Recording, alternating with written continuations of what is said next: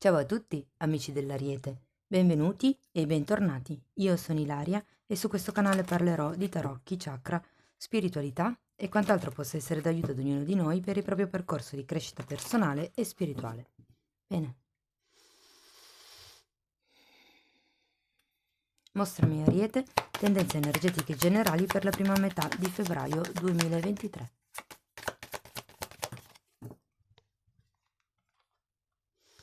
Abbiamo la carta del matto, amici dell'Ariete, e la sento un po' in linea con la vostra energia perché il matto parla di impulsività e anche voi a impulsività, insomma, devo dire che, insomma, potete raccontare qualcosa. In realtà quando c'è la carta del matto si parla di nuovi inizi, si parla di letteralmente nuove avventure, quindi per qualcuno può anche essere un viaggio, ipotesi, o una nuova avventura magari lavorativa o romantica, perché no? È sempre comunque una carta di grossa fiducia e anche di purezza d'animo. Sì, parla di bambino interiore certe volte e fondamentalmente è una carta di grossa energia, una carta di impulso. Andiamo a vedere con i tarocchi di che cosa si tratta nello specifico. Poi, come sempre, vi ricordo che le letture sono collettive, quindi è facile che non risuoni tutto. Voi semplicemente prendete quello che vi serve e lasciate andare il resto all'universo. Se poi non dovesse risuonare nulla o se per caso voleste completare il vostro messaggio, potete sempre ascoltare l'ascendente, il segno lunare o Venere.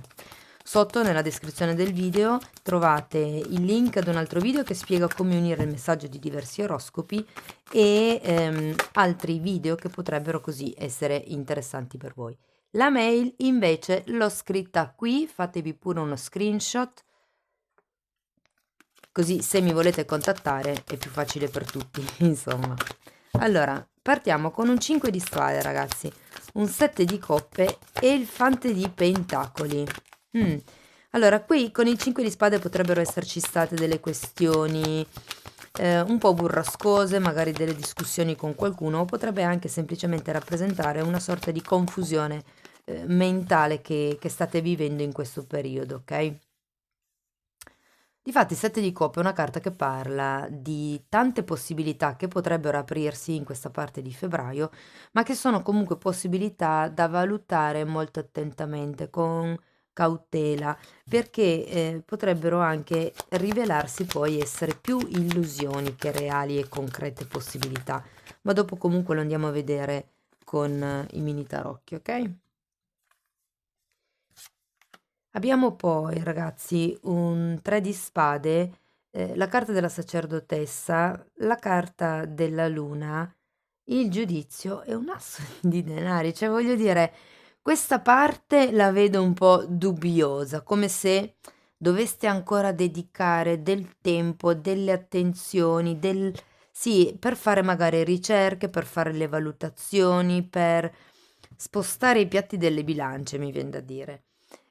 Perché con questo 3 di spade che abbiamo in centro lettura sento che c'è qualche questione spinosa e la sento collegata con il 5 di spade che vi fa ancora star male. Io credo che qui sia una questione di mancanza di sicurezza in una situazione.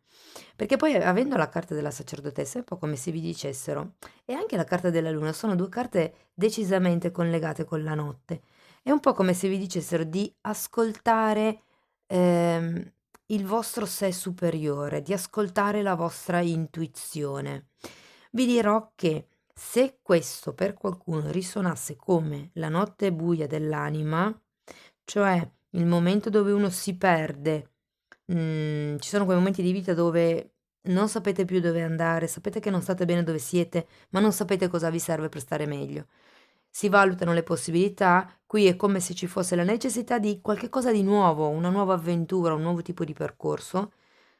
C'è effettivamente questa sofferenza, ragazzi, ma qui arriva una presa di consapevolezza, un'aumentata intuizione, un percorso di studi nuovo.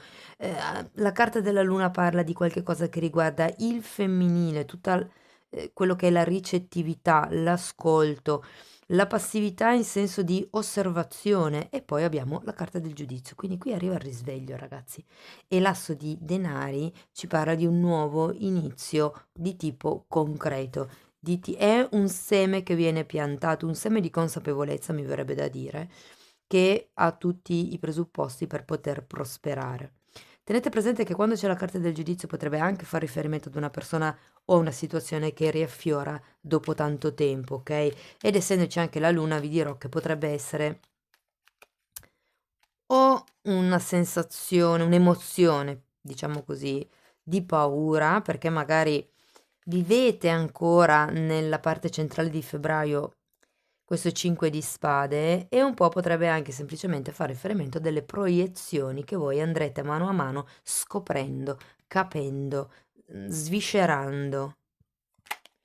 Andiamo a vedere carta per carta di che cosa si tratta. Allora abbiamo un papa al contrario per il 5 di spade, il re di pentacoli, la carta della forza e la sacerdotessa. 3 arcani maggiori su 4, eh? Magari ve li metto così che si vedono meglio. Ok. Ho la sensazione che questo 5 di spade sia riferito ad una persona ben precisa, e potrebbe essere questo re di pentacoli, che potrebbe essere un capo, un collega, che fondamentalmente non vi riconosce i vostri meriti, sento. Ed è un po' come se le carte vi dicessero, invece di perdervi nelle discussioni, nel sì, ho ragione io, oppure nel ti dimostro o farsi sfidare, cioè quando è qualcun altro che dice dimostramelo, lasciate perdere, nel senso andate avanti, fidatevi di voi stessi, anche qui avete la carta della sacerdotessa, voi sapete come realmente stanno le cose, non avete bisogno di una conferma esterna, l'importante è riconoscere il vostro sentimento e darvi voi un valore, ok? Diciamo che anche con la carta della forza si tratta di metterci un po' di forza volontà in quello che voi volete. Andiamo a vedere il 7 di coppe. 5 di spade nuovamente e 3 di pentacoli al contrario. Sì, il 7 di coppe è un po' una carta in questo caso, visto che anche c'è la luna qui più avanti, di disillusione, ragazzi. Perché abbiamo che questo 5 di spade è come se vi renderete conto che non era tutto oro quello che luccicava. Andiamo a vedere il fante di denari. Abbiamo un 2 di spade e un 9 di pentacoli al contrario. Mm. Perché qualcuno qui pensa di non potercela fare da solo o pensa di non avere le qualità per intraprendere un nuovo percorso o questa nuova idea che non viene valutata qui? Secondo me basterebbe un attimo approfondire certi aspetti e poi in realtà c'è l'asso di denari e potrebbe essere un'idea vincente. Andiamo a vedere il 3 di spade. 8 di spade e il sole. Sì, allora, normalmente le spade sono la sofferenza causata dalla mente. Quindi, e qui in effetti abbiamo anche un 8 di spade che è una carta di autoboicottaggio, di autosabotaggio. Ho come la sensazione qui, ragazzi, che ci sia un vostro modo di pensare, una vostra attitudine, magari dovuto al fatto che non vedete chiaro, dovuto al fatto che non vi sentite riconosciuti dall'esterno, ho un po' la sensazione che siate nella necessità di occuparvi del vostro bambino interiore, di curare le ferite che risalgono in realtà a tanto tempo fa e che comunque continuano ancora ad influire nella vita di tutti i giorni. Ho come la sensazione che vi manchi sicurezza in voi stessi. Ed è perché avete questa visione un po' negativa, un po' pessimista della vita che vi dice l'otto di spade. E se non ce la faccio, e se poi succede questo, ah, lo sapevo che avrei dovuto fare così perché adesso guarda cos'è successo. Sei sempre la solita, sei sempre il solito, anche il parlarsi male, il buttarsi addosso energia negativa non va bene. Andiamo a vedere la sacerdotessa.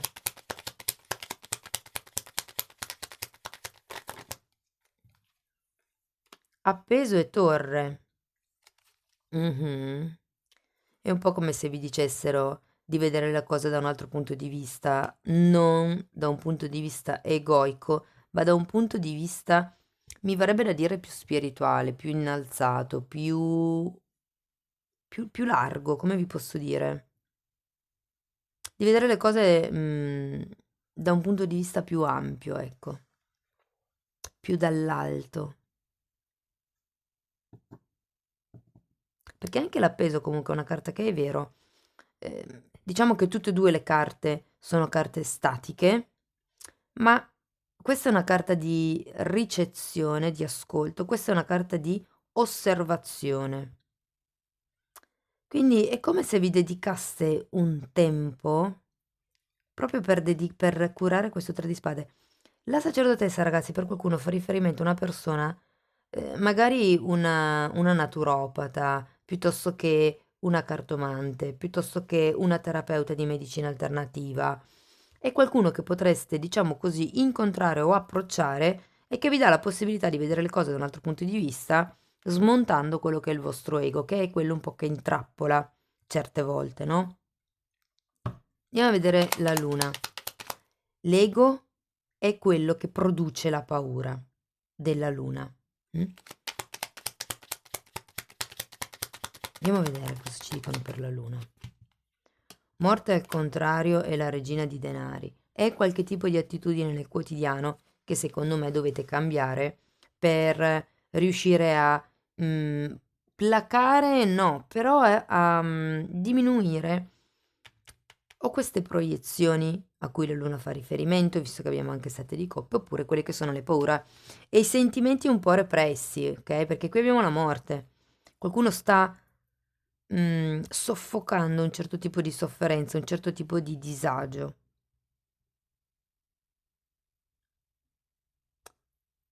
Anche se poi, diciamo, da un punto di vista pratico, le cose più o meno funzionano, però è dentro che c'è qualche cosa che non vi convince. E qui anche ci sono dei conflitti interni. E per qualcuno il 3 di pentacoli al contrario vuol dire che proprio vi state facendo dei dubbi o su un'amicizia, o su un progetto, o su delle collaborazioni. No. Andiamo a vedere il giudizio. 7 di coppe nuovamente, il mondo, il re di coppe. Ragazzi, tra la torre e la morte e tutto questo processo di ascolto, valutazione, rivalutazione, ho come la sensazione che qui cambierà decisamente qualche cosa, perché avete 20, 21, il matto e 1, quindi riparte il ciclo. Si chiude un ciclo e si riapre un altro ciclo. Per qualcuno avere la carta del mondo fa riferimento anche a un trasferimento, un viaggio, magari un cambio di residenza.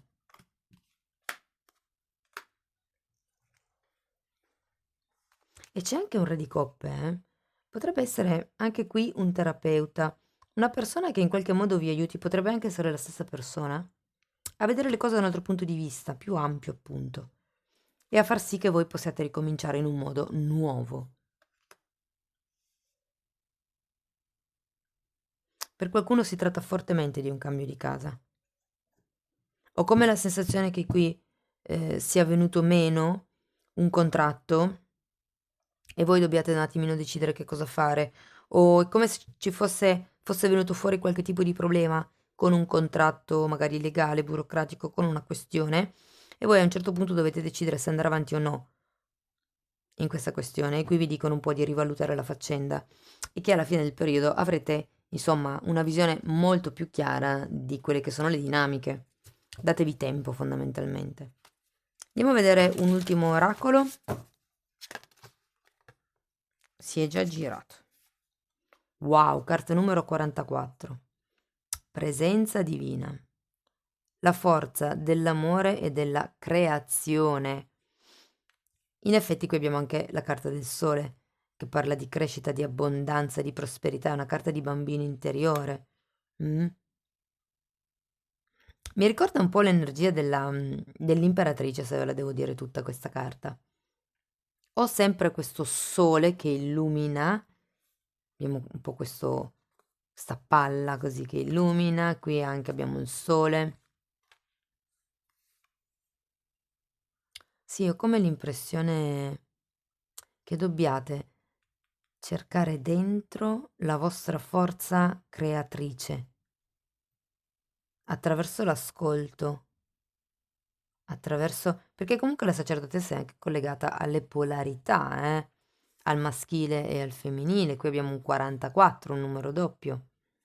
Per chi fosse interessato, cercate 44, un numero angelico, e vedete cosa vi dà. Cari amici dell'Ariete, questo è quello che avevo per voi. Spero che la lettura sia stata di ispirazione. Se sì, potete farmelo sapere con un like, con un commento, con una condivisione, con la vostra iscrizione. Ogni tipo di supporto per me è molto importante e ringrazio di fatto tutti quelli che già mi supportano. Io vi mando un grosso abbraccio e ci vediamo nei prossimi video. Ciao ciao!